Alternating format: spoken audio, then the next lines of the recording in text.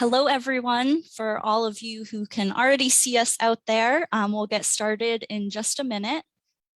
Thanks so much for tuning in today. Hello, everyone. Welcome. If you are tuning in right from the start, feel free to say hi, where you're from, if you're a member of American Ancestors in the comment section. We'd love to hear from you. We'll get started in just a second, just waiting for a few more folks to join our live broadcast.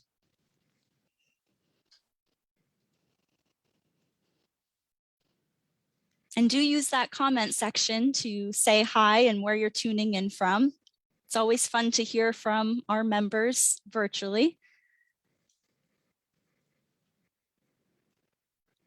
All right, so I see a few folks out there now. Let's get started right around 3 o'clock. Hello and welcome to our most recent installment of Facebook Live.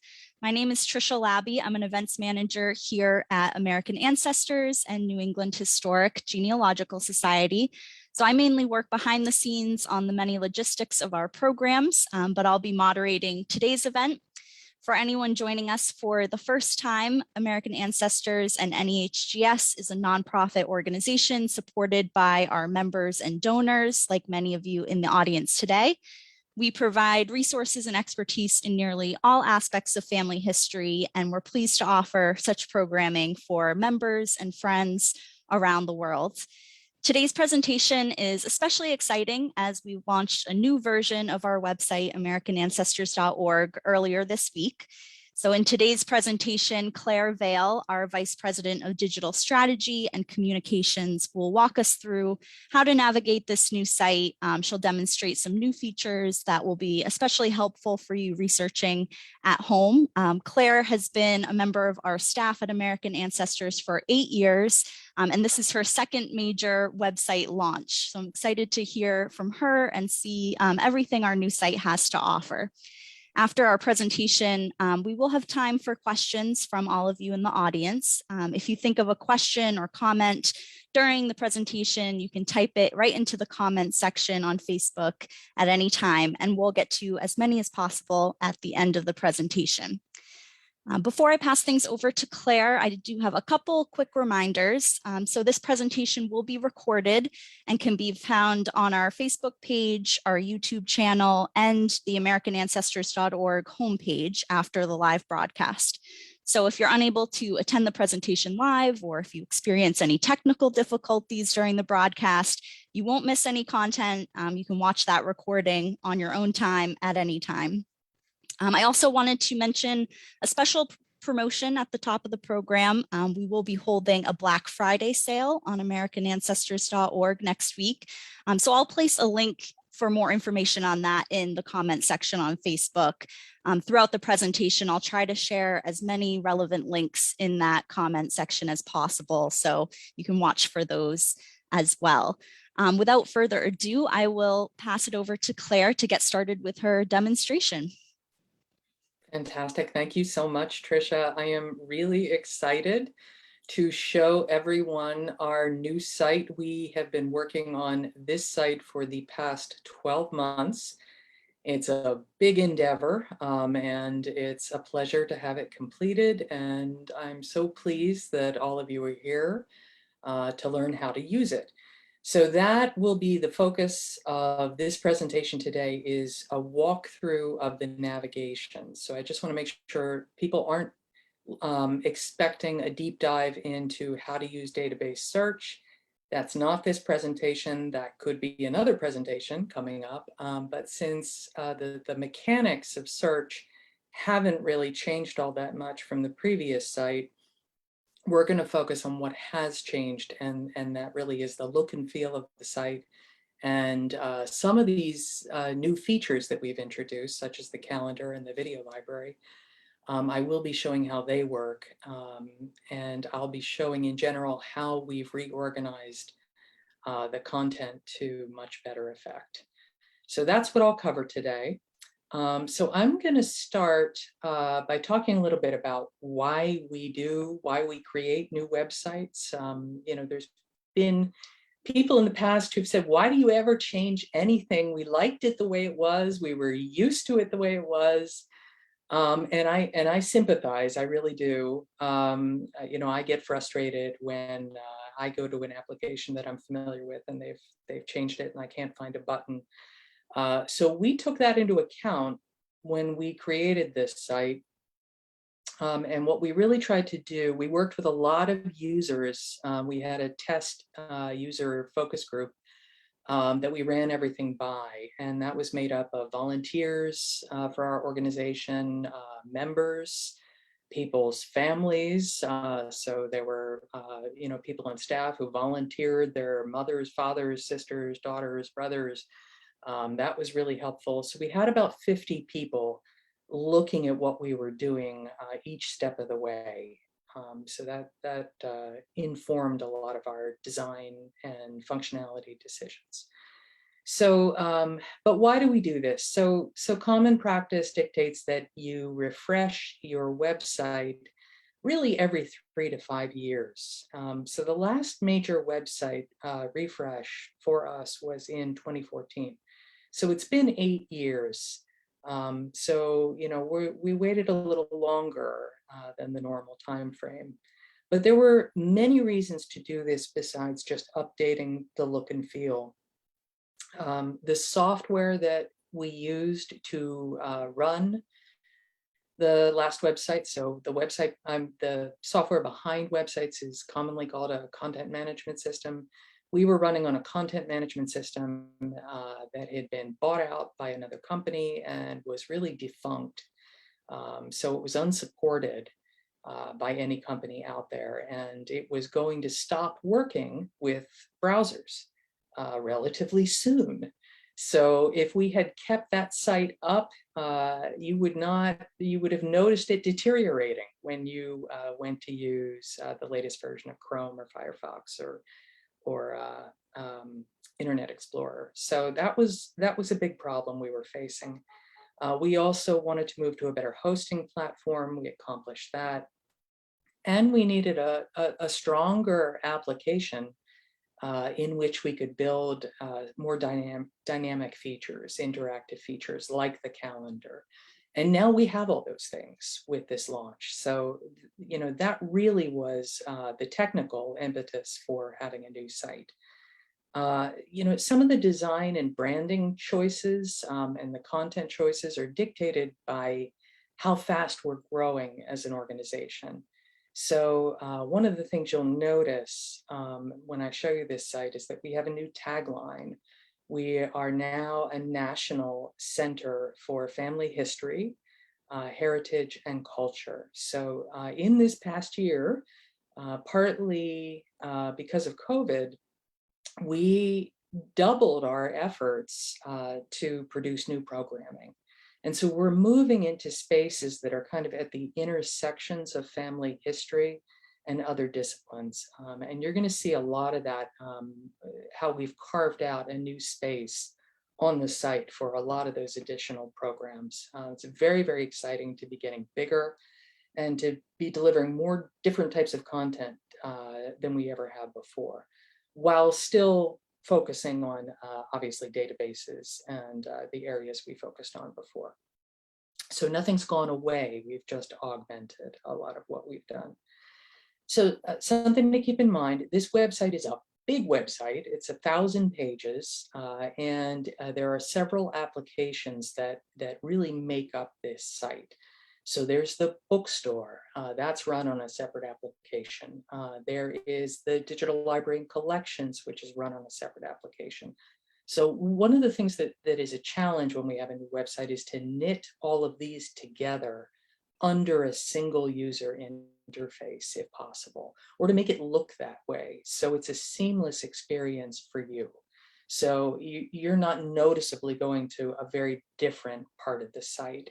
You're able to search everything at once, you're able to experience everything at once, and it looks like somebody's put a lot of thought into how you're having this universal experience looking for content.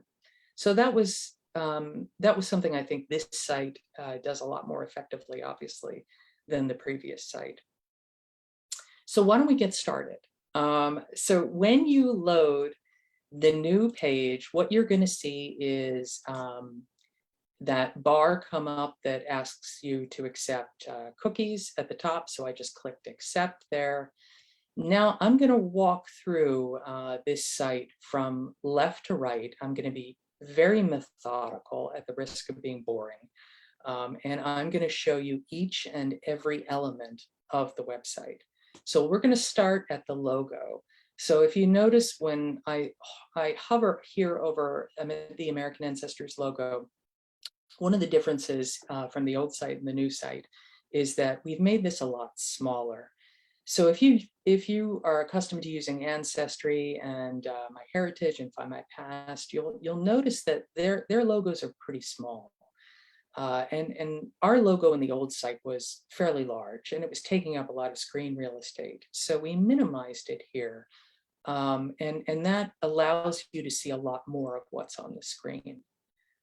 So that's one change. The other thing though, because you see this hover, you see the little hand icon, that means that you can get back to the home page just by clicking on that icon. And I know that will seem, perfunctory to a lot of people or obvious to a lot of people, but we actually get that question a lot is people don't know how to get back easily. That's one easy, quick way to get back is click the logo.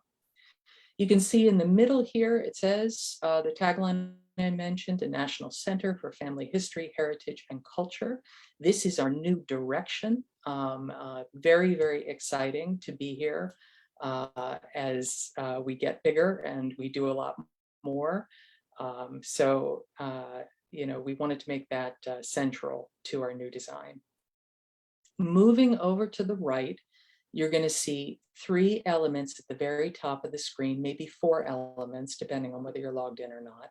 The first one is the bookstore. So if I click the bookstore, I'm going to go directly to the bookstore here. You'll see a minimized header in the bookstore again, so you can see more of what's on the main page. And then you'll see our collections, which we've organized for you.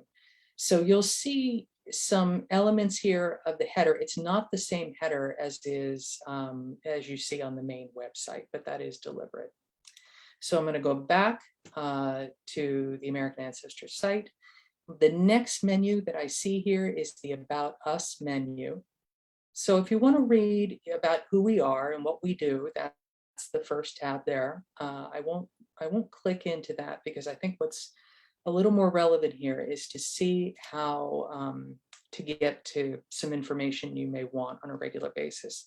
So if you're coming to visit us in Boston, there's a lot of information here about planning your visit. There's information about hours and our safety protocols, whether you have to wear a mask inside, you do. And our hours of operation, our holiday hours, how to schedule visits, where to find parking, where to stay for less than $500 a night in the Boston area, which is a challenge, but we found some places. So there's a lot of rich information here if you're coming here for a visit. If you do want to come in or you want to schedule an online consultation, the next tab will take you there. So this is how to use this application to schedule a visit to our research center. So you have a slightly different menu here. It's the same menu actually, but you're in a slightly different application. You can see that because it says My.American Ancestors. So you'll see we have some menu elements to work out here. It's the same menu and all the links work, but there's just a little bit of styling that we need to do here. So you might be a little thrown off by that, but don't worry. So coming back to the main site, I covered schedule a visit. There's some other things in this menu here that could be of interest to you. So for example, if you want to see who's on staff, you can scroll down and see all the folks here. Now, something that's different between this site and the previous site is that you can see, let's go to an example here. you can see some of the publications. If you click into a particular person's profile, you can see the books they've published, the events they're involved in, the lectures they're giving. So, this is our CEO, Brenton Simons. You can see he's done a lot of publishing, and he's, of course, involved in a lot of events. So that's an element that we've long wanted to add to the site, because we have so many people on site that do so much. So that's a quick way of understanding what they're producing, what content they're producing. You can figure out more about how to volunteer with us if that's of interest to you. That's also in that About menu. So I'm going to move on over to create a tree. If you're not logged into the site, and I am not currently logged into the site, you're going to see this invitation to create a tree. So when you click on this, this is our tree product, American Ancestry. So if you haven't already, you might want to experiment with creating a tree. This is pretty powerful and fun software to use. So it's going to take you, when you click on that link, it's going to take you to a page where you are asked to review the plans and pricing, and to create a tree now. So the thing to know here, though, is if you are not logged in, or you are you do not have a guest account, you'll need to create a guest account at the very least before you can have a tree. So if you have a guest account with us, you have the ability to create a tree.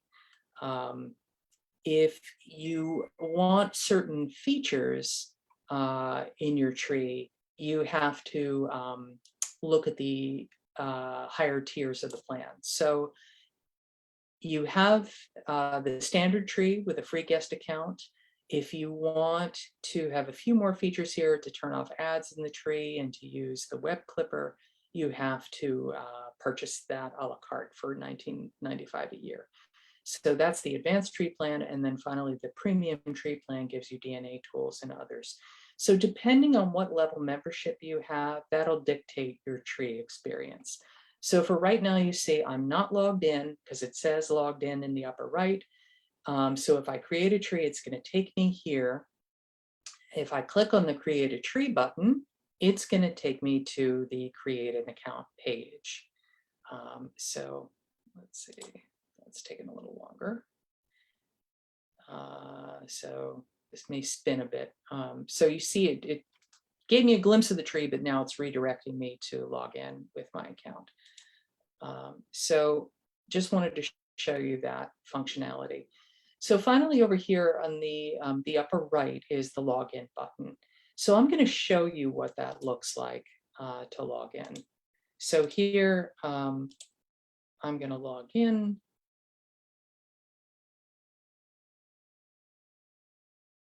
And now you can see it took me back to the last page I was on. But you can see under my account, once you've logged in, you have these additional menu items. So here you can see your profile, you can see all your trees. So let me show you what that looks like. So I've created several trees already. So when I go to my trees, I have to click the plus sign at the very top icon on the left, and you can see all your trees here. So the old menu used to actually list your trees in the navigation, but we needed to devote more of that real estate to other items.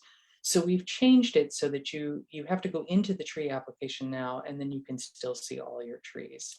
So the move over to the new website shouldn't have altered or deleted any of your trees. You should still have access to everything. You should still have access to all your saved records in database search.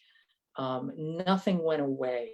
It just might be in a slightly different place. So you can see if you click my profile, I'm not going to do it right now, but if you click my profile, you can see information about your account. You can see your account status. You can see a link to join or to renew your membership. And you can see other information about your interests, what what types of genealogy and backgrounds you're interested in. So there's a list there to check off for your interests. And then you can see here you can log out, which is the last item in that menu there. Okay, so now I am logged in. I'm going to come down to the first item on the left, which is our new search menu. So this is worth exploring. So here you're going to see a lot of what we've really labored over the decisions here about search. So 99% of the people who come to this website come to it to use database search. So we have 480 something databases, I think it's 485 databases that you can actively search if you are a full member. So that's really the priority. So if you see this top directive here that says go to search, that's where you're going to go. You're going to go to search databases, and I'll just show you very quickly. That's the same search form that it's always been. That's our advanced search form from the old site. And if you conduct searches here, the algorithms and the mechanics of search, so how how names are interpreted and how all the information in the fields, how the search algorithm conducts a search based on the data that you enter, exactly the same as the old site. Nothing has changed. The only thing that has changed about database search is the look and feel. So the template is slightly bigger and slightly wider. Now, what that meant was that we had to have developers go in and fix a lot of the items in the menu, just from a design standpoint. So there are still a few kinks to be worked out. We have been slowly working through those. There's a few things left. So I'm going to show you just really quickly what happens when I do a search here. And I'll show you one of the items that we're still fixing that's in progress. So you can see I put in first name John, last name Carrie, and here I'm getting all my results. Now I'm logged in with a full account. So when I click into an item, I should see the there's no image for this database, it's only a transcript, but I see my transcript information on the left. I see other records or other names that are in this record on the right. One of the items or one of the menus here, the menu items here that's not working yet is back to results. So this is going to give me a spinning leaf. That's a problem, and we are working on resolving that problem. What you can do is click the back button in your browser, and that should go back to your search results. So again, if you conduct a search, you go see a record in that search as a result, don't use, for right now, I mean, this will be solved in a couple days, don't use the back to results button there. Use your browser button. So for now, that should get you through. You should still be able to see records, see images, just like you always did. You should be able to use all the controls on the left. So there's a couple more minor things to note about search that we're in the progress of fixing.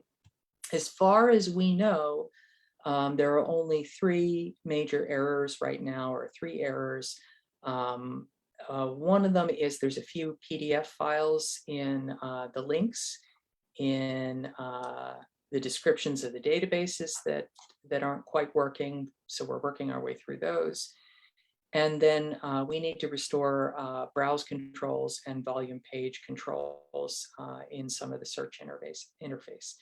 So we will probably have those solved, I'm going to guess, by the middle of next week.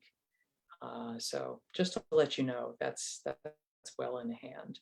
But it really shouldn't interfere with your ability to conduct database searches as usual. All right, so that's go to search. It's going to take you right to database search. So is this first box here in the search menu. I want to show you another or a new feature that we've introduced. So this takes a bit of explaining. So if you are looking for records, if you're looking for your ancestors, you're looking for people, you're looking for census records and military records and court records, you're going to go to database search. So that's what I just went over here, and that's this first box. I want to show you, though, a brand new feature that we've introduced. So I talked about this a little bit earlier, where we have many different content repositories. We've built many different websites under the American Ancestors brand. So you may be familiar with our Historic Catholic Records website. We have a GU 272 website. We have a Mayflower 2020 website. So in the old site, you used to have to go into the menu and go to those specific sites, which you can still do here under signature projects. You can see them listed here, and search those sites separately than you search the main website. Well, you don't have to do that anymore. Now you can do a universal search that we've pulled through a single search engine. So you can see here, this says search all content by topic. And that's literally what this means.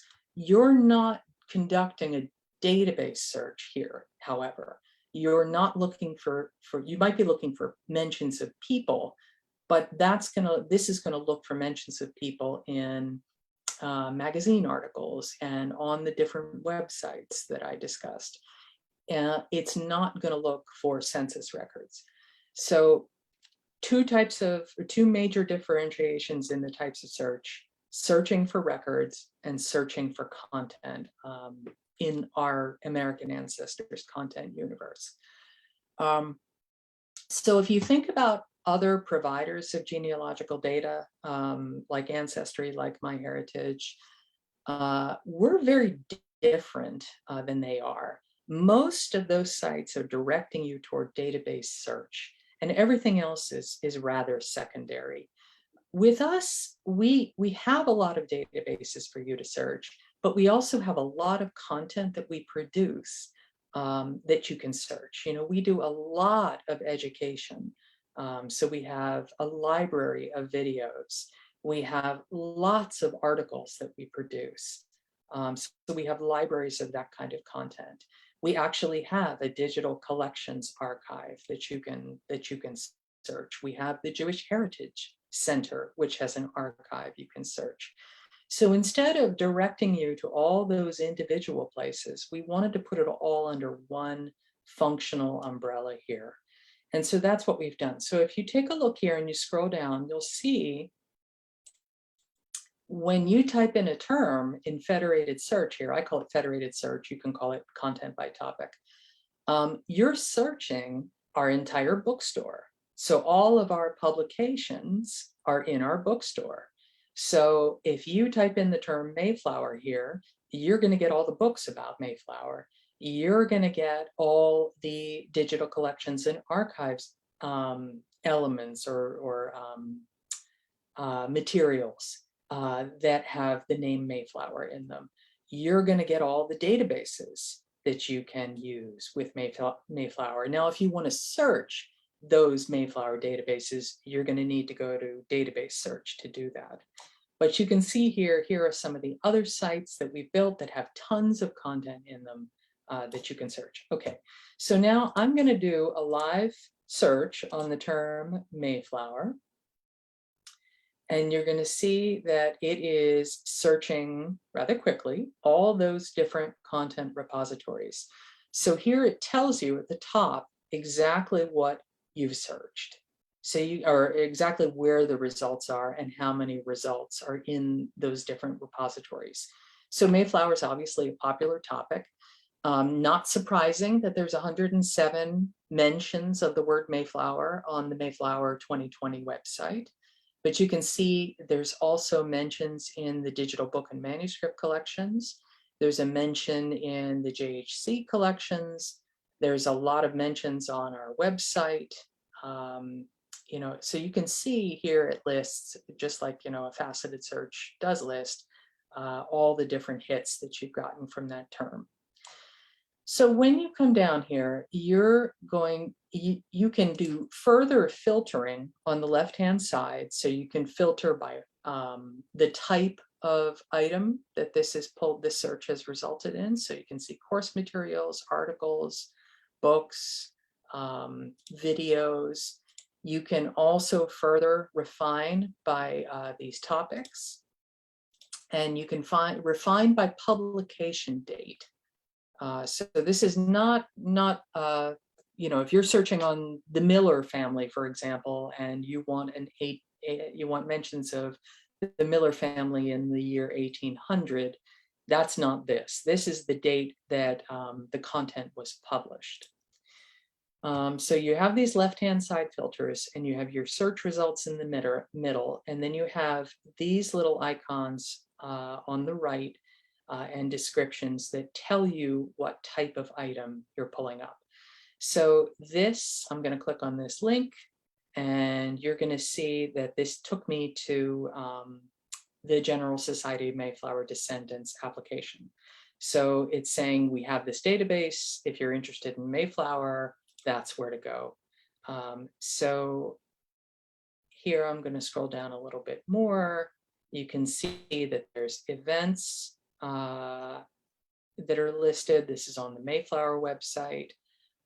You can come here to the bookstore. You'll see this is Gary Boyd Roberts' book on the Mayflower 500. So lots and lots to explore here. It is the first time we've ever pulled together comprehensive results for all these content repositories across the site. So let me run just a few more searches to get you comfortable with how this works. So let's say I want to search on the last name Miller because I'm doing some research on the Miller family. So you can see here, this first result is taking me to the Bible record for Ruth Miller. And this is in our digital library and archives. So this is in fact a different back-end application than the website. But I wouldn't have known that this record existed unless I knew to find digital library and archives. If we were on the old site, I would have had to have found that in the search navigation, gone to it specifically, conducted a search through their interface, and then found this record. So this makes it a whole lot easier to do one-stop shopping searching. So I'll run one more search here on Norfolk as a place search. And you can see that I'm getting records that have to do with the types of databases that you might use to search Norfolk County. I am getting here, well, we actually have quite a few. So this is another database, parish registers. I'm getting some tours. So this is a tour, Country Houses of Norfolk, which looks amazing. Wish I could go. And then I'm getting some other some other results here. This is another digital library and archives hit here. So you can see, this will pull in magazine articles, all kinds of content that you might not have known existed before. So I highly recommend exploring search content by topic. Okay, so let's go down to the second item on this menu, and that is what content sources can I search? So this spells out for you what I just said. So here you see it says search records to find people, search content to explore a topic. So here you have it, search 1.4 billion names in database search, or search content by topic. And so those are just links to what I described, those two major search areas. You can also continue to browse databases A to Z. So if you go here to the database list, this is something you probably remember from the old site. This is browse databases A to Z. So you can see all of our 483 databases, and then you can filter on the left. So same exact list that it always has been, and that's another source of content to explore. You may have seen on the old site, you may have used these. If you are a member, you have access to external databases. So if you come to this page, you're going to see that in addition to the content that we produce, we've secured access to you through partnerships to a lot of additional databases. So Early American Newspapers is really an amazing database that you have access to. You must be logged in to go to these databases. So I won't click there because it's going to open a ton of tabs. So if you are logged out but you are a member and you come to these links, you're going to hit a paywall, just like you would hit a paywall on other parts of the site. It's just going to say log in with your account or purchase an account to get access. So you can see we have an interactive maps database here, and quite a few others. Biographies, Irish newspapers, Genealogy Quebec. So those are additional resources for your research. So back again to, I'm using the back button, but you can use the navigation to other content repositories. Here is a link to our library catalog. So again, just like the old site, now you're in a different application to use the library catalog here. So this works exactly the way it always did. And you can conduct searches to find items in the library from that interface.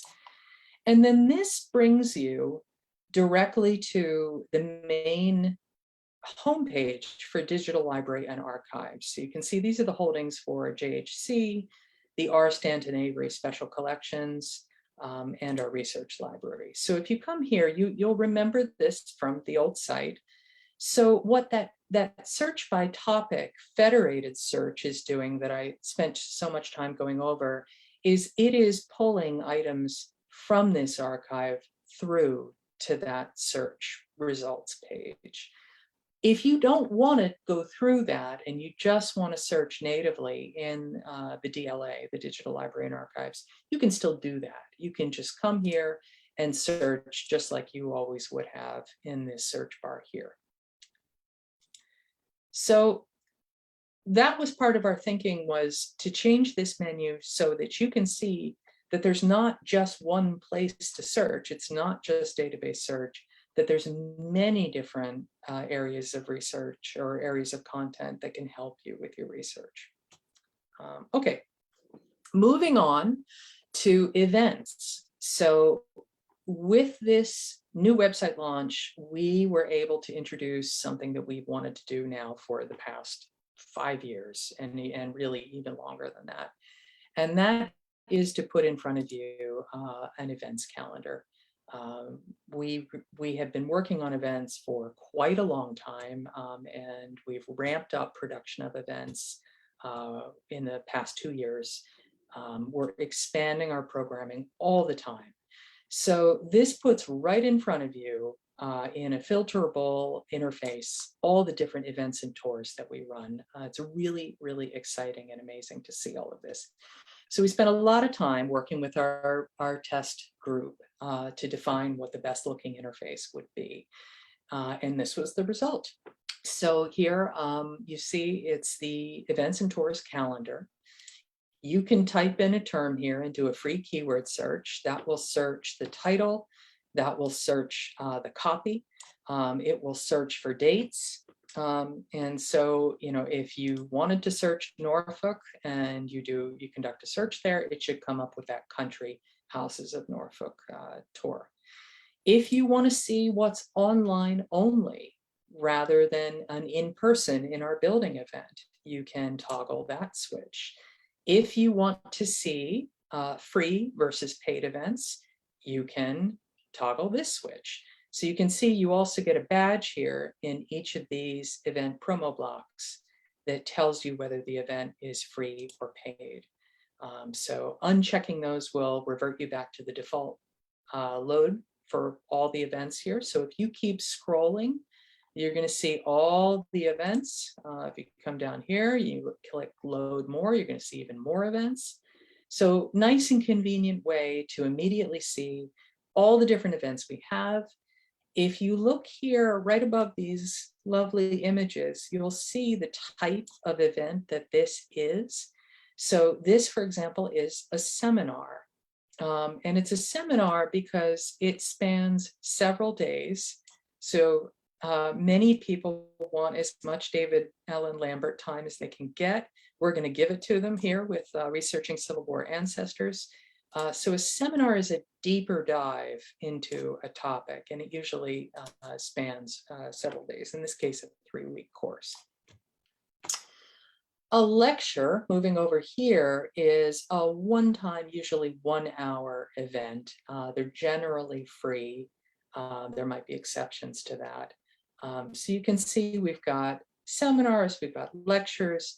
If you're familiar with our American Inspiration literary series, this is where we have best-selling authors come and talk about their latest books in the fields of American history and history writ large, really. You can see that we tagged all of these as author events. And just scrolling down here, you can see some of these other events. Here is a sold out in-person workshop, so you have to come to the building for that. More seminars, more author events. So this gives you an instant look at the breadth of our programming, which is truly, in my opinion, pretty impressive. If you want to look at a date, you know you're going to be in Boston on a particular date, or you just have free time on a date, you can use this calendar graphic to figure out what you want to attend. So I just clicked on December 1st because I know I have free time, and there's the David Allen Lambert course. To get out of that, to clear it, you have to go back into that field and click the X box, and that will bring you back to the default. So one more time, I'm going to select a date. Let's try to select a date where something else is happening. Let's see. So it's going to keep bringing me back to that. So yeah, because that's happening on so many dates.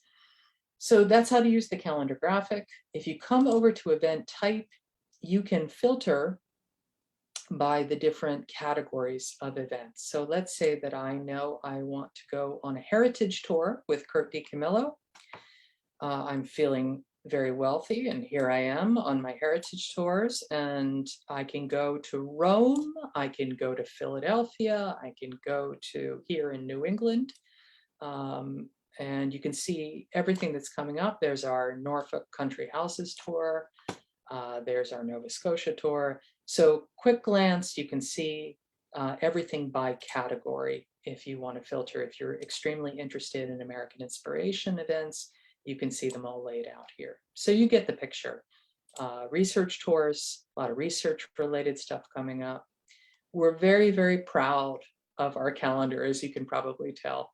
So let me go through to some of these detail pages. So when you know that you're interested in an event, you want to learn a little bit more about that event, we have built these elaborate detail pages that are that we're hoping serve up every bit of information you could possibly want to know. So for example, you know that you want to brush up on your genealogical skills. Here is in full the schedule for that entire event. There's a map for the location. There's a lot of other information that we'll be adding to these, such as accessibility information. So if you're coming here in the building, you need a wheelchair, you have special needs, those will be listed out in these detail pages. It shows the costs, and then it enables you to click on register and register now. So all of these events have a detail page. So let's go to the author events, and let's go to this very interesting looking event about the Howe dynasty. So I'm going to come here, click on learn more. Whoops. And scrolling down, I can see a little bit about the author. I can see some copy about what the book is about. I can see that it's brought to me by American Inspiration, and I can see the times. So the times are all listed on the event detail pages. And then I can register for it right from there. So that's our video library. I'm going to quickly work through, I'm sorry, that's our event calendar. I'm going to go now to our video library.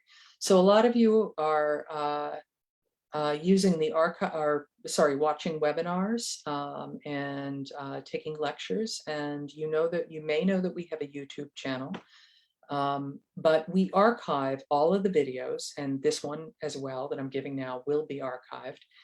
And we put them in the video library. So you will have to be logged in with your account to see these, but you can see that you can filter the different videos by the topic here, and you'll just have to click load more to see everything here. But you can see if you missed an event, here it is. So you don't ever have to worry about missing anything. You can go to that event and you will see the page, and you'll be able to press play, see it play right here in the page, and then see more information about that event.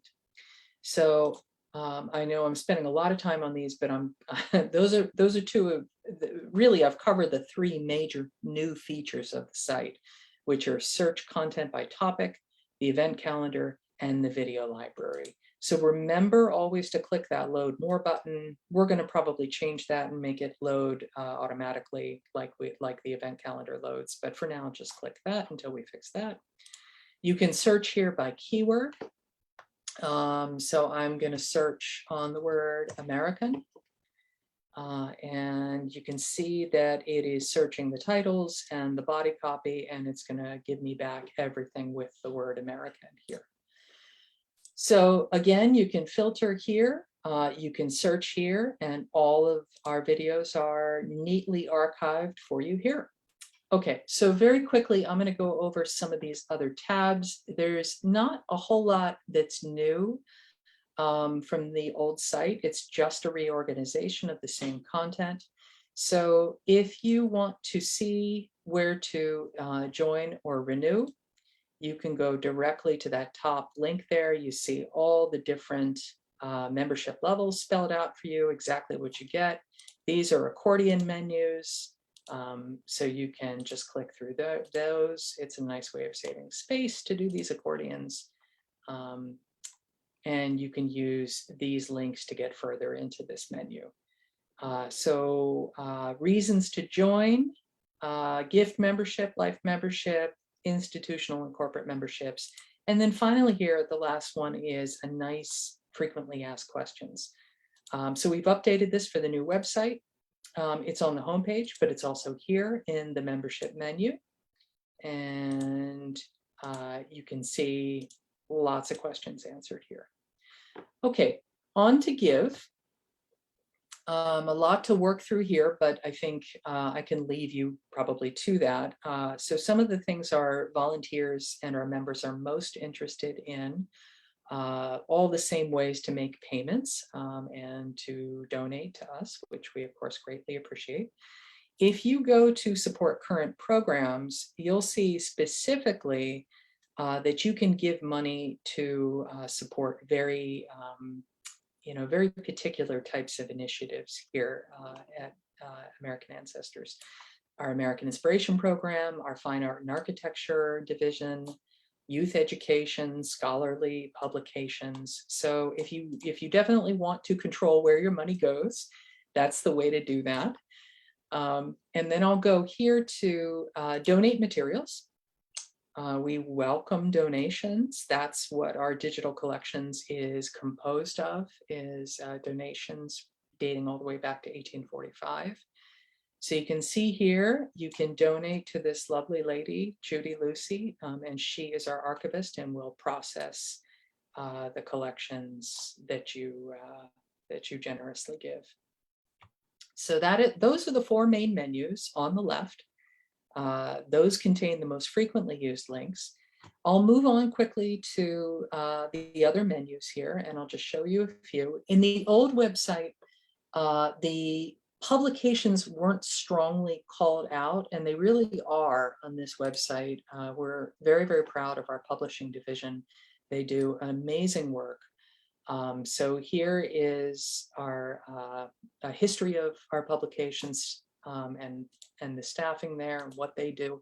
Here are our latest books pulled into this page. You can go directly there into the Shopify store to purchase those. You can access the Register, our scholarly publication, and you can access the magazine from here. So if you are a paying member, you can elect to get the Register in print. You have to tell us you want the Register in print. That's a change we've made this year. You will have permanent access to all copies, past and future, online if you are a paying member. If you are a paying member, you also get 4 times a year the American Ancestors magazine. So let's go to that for a second. And you can see here that you have access to all the digital issues through the website. You'll still get the print copy of the magazine 4 times a year in your mailbox. You can search the database, just like you can with the Register, of all past issues. Now this page takes a while to load, so I'm a little hesitant to click here, but this lays out every single past issue that we've done. Again, for full paying members, you can get to a PDF of all the issues we've published. I think it goes back currently to 2010, but we'll be taking it back further.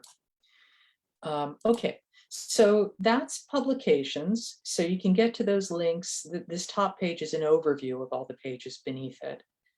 So some of the other important stops here in this menu is the Great Migration Study Project. So we're very, very privileged to be working with Bob Anderson, who is the world's leading authority on the Mayflower and the Great Migration.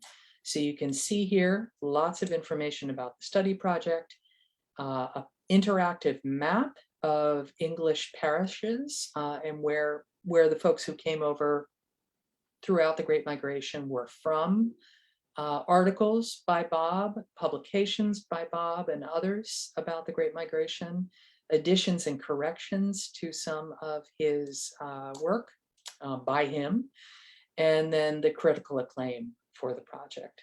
So nice and neatly organized in that one section under Great Migration. Same idea here for early New England research. So these are areas that we specialize in that you really won't find anywhere else. So this is a study project that's been going on for many, many years that traces New England families from 1641 to 1700. And we've consolidated all the information and biographies of the authors who've contributed to this, Alicia Crane Williams and others, into this one page. So you can see all the books here. You can see information about submitting a sketch if that's what you'd like to do.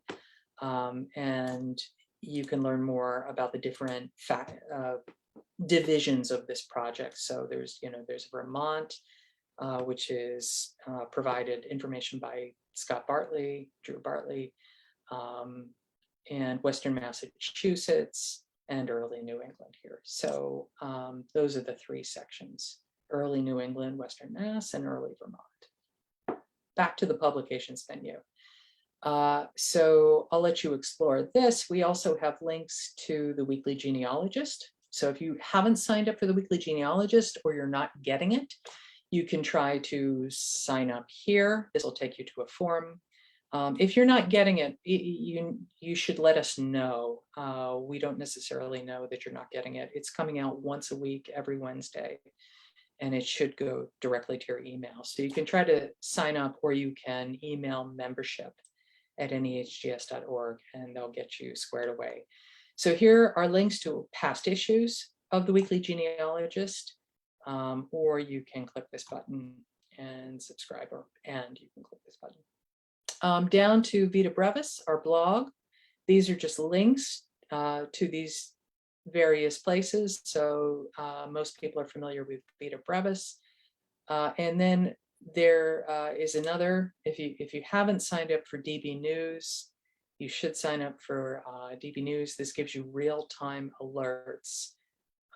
It's loading a little bit slowly for me. There we go.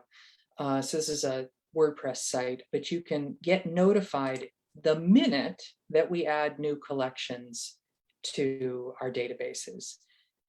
So we add both additional volumes to existing databases, and we add brand new databases. If you want to know exactly when that's happening, you can enter your email address here and we'll send you a dispatch. No marketing information, just pure, we did this, here it is. Coming across here, expert help. So this hasn't changed a whole lot from the old site. It's just kind of more neatly organized. So here you can see the different services that we offer and the people who are behind them. So you can see you can still request photocopies. You can request a speaker to come to your group or organization. You can access live chat Tuesday through Saturday, 9 to 5. That's a free service. You can pay for a personal genealogist for the day, or you can hire a researcher. Same services, but nicely laid out in this menu. I know I'm going to be tight on time, so I'm going to quickly go through the last three menus here. So I already talked about trees, the video library. If you remember on the other site, we had an education menu. Most of what was in education has been transferred over to tools. So subject guides are neatly laid out under, we've renamed them research guides. It just takes a little bit of time to load because it's a big page. So if you remember all our free research guides, here they are. So genealogy we've divided them up into kind of the basics, things you should know, methodology, research practices under Genealogy 101, and then specific research topics. So here, these all are, you can scroll through them. We've put them into, I think, a slightly nicer format. So when you click into these, you'll see that there's jump links down to the various sections, common abbreviations. The author bio is at the bottom of these. So I won't go through all of them, of course, but just so you know that they're there, those are where the subject guides live, is in the tools menu. Templates, research templates, used to be in education, now in tools, DNA resources, and youth education, all under tools you can use to advance your research. Signature projects is our direct links to our special projects. So if you remember GU 272, that is a link directly to the GU 272 website. Remember, you can search all these websites by going under Federated Search. Going under the search menu and going to search content by topic. So you can see there's one recent addition here. This is Brenton Simons's lecture series. So this is worth taking a look at very interesting topics here. Ancestor Strong, if you haven't seen it, was a project we ran during COVID where we asked people to share stories of hardship that their ancestors went through. So this is an interesting gallery of 55 entries. Don't need to be logged in. This is totally free content. And I know Trisha's reminding me we're running out of time, so let me just keep going back. I'll try to go quickly. And then finally, activities and initiatives. So these are really roundups of other information that is on the site. You can see there's landing pages for our different series. So if you do want to learn more about American Inspiration, you want to learn more about heritage tours, you don't want to filter the calendar menu, you just want to go straight to a page about heritage tours, see who the tour leaders are. This is the destination for that. And so we have fine art and architecture. We devoted a section on Skip Gates because we are the filming location for Skip Gates, and our staff also vets all the research for every single Finding Your Roots show. So there's a destination page for that initiative. And then you can also see, I'll end here, with this new website launch, we also launched a brand new site for the Weiner Family Jewish Heritage Center. So this is another site worth exploring. We'll probably have a webinar on this in the future.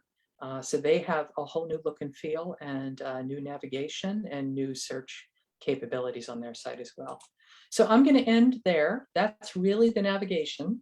And I'll turn it back to Tricia. Great, thank you so much, Claire. That was a really thorough demonstration. You showed so much of the site, both old and new. I want to say the site looks beautiful, and there's so many exciting improvements to functionality, the look and feel as well. I know that this demonstration will be really helpful for our members and even some of our staff who are really exploring the new site for the first time with everyone. I do see that most of you out there stuck with us, even though we are a bit over 4 o'clock. I did want to get to at least a few questions today. Feel free to put any questions in that comment section on Facebook. Even if we can't get to them all today, we'll be monitoring that and we'll make sure to get back to you. So Claire, just a couple of questions, and you discussed so much. I just wanted to maybe go back, and for anyone who joined us a little late or as a reminder, could you just point out again that join and renew button used to be much more prominent on the website. If you would just go over that one more time. I know we have members that are all the time trying to keep up on their membership. Absolutely. So best way to find join and membership is to look for the big membership moniker right up here in the site, and then come down to why, I'm sorry, not why join, but go to membership. So one more time, membership, go to membership, and then you're going to see join or renew today. Great. Still very prominent on there. So yeah, that's great.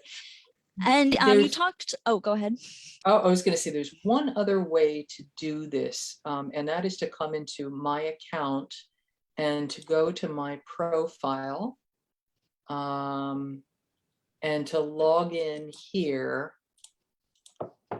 Just want to make sure I cover all of this here. And you can see your account info.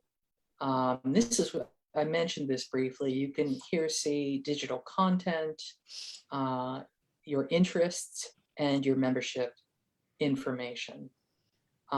So I think we still need to update this, but there will be a big join or renew button here on this page. So 2 ways to get to it: my account and my profile, or under membership. Great, thank you for going over that. My account tab has a lot of great resources if you're looking into your membership or want to access your trees on Ancestries, as Claire mentioned. Claire, as you were going through the tools drop-down menu at the top, you mentioned that a lot from what was formerly known as education was put into that header. What about the items that were formerly under the library tab? I'm sure people will be looking for those as well. Good question, and I should have covered that. So if we now call the library, I know a lot of people are very married to the term library, but we call the library, it hasn't changed, it's still there, we still have a library. It's called the American Ancestors Research Center. So if you come under activities and initiatives and you go under the AA Research Center here, everything that you used to find in the library is here and accessible for this page. So you can visit the Research Center. There's still the guides on how to use it. There's still an explanation and a link to special collections, research guides, which live in the tools menu, how to search the library catalog, and links to the digital archives. So if there's anything that people see that is missing, and I think we're going to cover this next, they can email membership@nehgs.org. Great. Yes, that was my next question. And I will put that membership email in the comment section as well, just in case people are exploring the site right now and run into things they'd like to ask or reach out to us about. Everyone's feedback is really appreciated. You all out there use the site, every day. So you might encounter things that we'd love to hear about. I did get a few questions about ancestries, and I just wanted to mention that a couple months ago, Claire did a great demo on the Ancestries platform. That's our family tree platform on our website. So she's kind of hovering over right now where to access that. So I did put a link to that recording in the comment section. Feel free to watch that to go over, really a deep dive on our Ancestries platform. And some of your specific questions will be answered there. Another kind of specific question from Cindy out there. She asked, can we turn off the "you can help" blue solicitation box that pops up occasionally when you go to new sites? I wasn't sure if that's something that you just have to close out of once, or if you want to talk about that, Claire. Those pop-ups are so important to us because they really do bring in donations. So there's no universal way to turn that off. But if you close out of that, you shouldn't see it. And if you are logged in a single session, I don't believe it should come up frequently. So I would say email membership if you feel like you're seeing it too often. I think it's set with a timer to show, to pop up occasionally. But those really are important because we are a nonprofit and we do depend on donations to keep running. That's a great point. Thank you, Claire. Well, great. I think that takes us through all of our questions that I'm seeing today. And, that's about all the time that we have. I want to thank everyone for tuning in and for staying with us a little after 4 o'clock Eastern time. And a big thank you to Claire for the thorough presentation today. And I want to thank the entire website team as well, who I know has worked tirelessly behind the scenes on this new design and so many improvements on our site. So do keep putting comments and questions in the comment section on Facebook. Again, we'll be watching for any feedback from you, and I will put the membership@nehgs.org email address in that comment section as well. So we are here to help as you navigate this new site.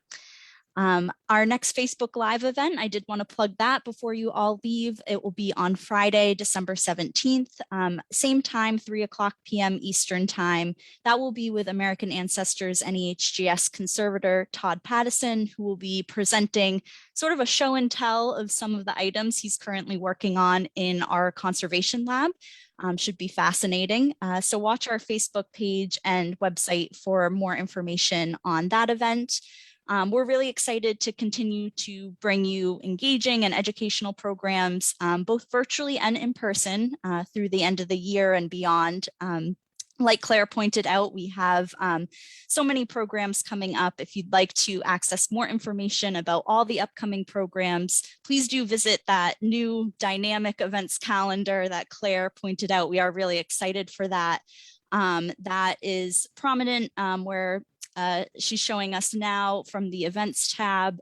Also americanancestors.org/events will take you right there. And thank you again for tuning in today. Any and all feedback is really helpful and appreciated on this new venture. On behalf of everyone at American Ancestors NEHGS, I hope you all have a wonderful holiday next week and that we see you at another program online or in person soon. Bye for now.